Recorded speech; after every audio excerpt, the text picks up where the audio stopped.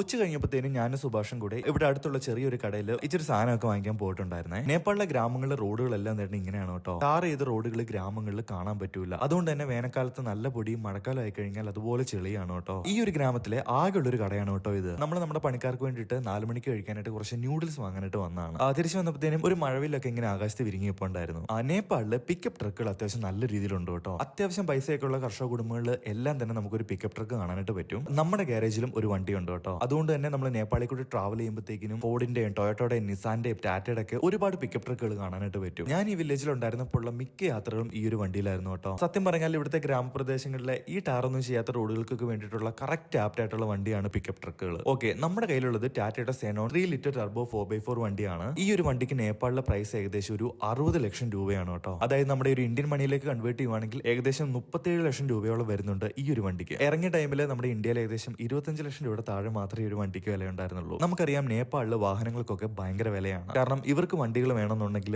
ഒന്നെങ്കിൽ നമ്മൾ ഇന്ത്യ എന്ന് വരണം, ഇല്ലാന്നുണ്ടെങ്കിൽ ചൈന എന്ന് വരണം.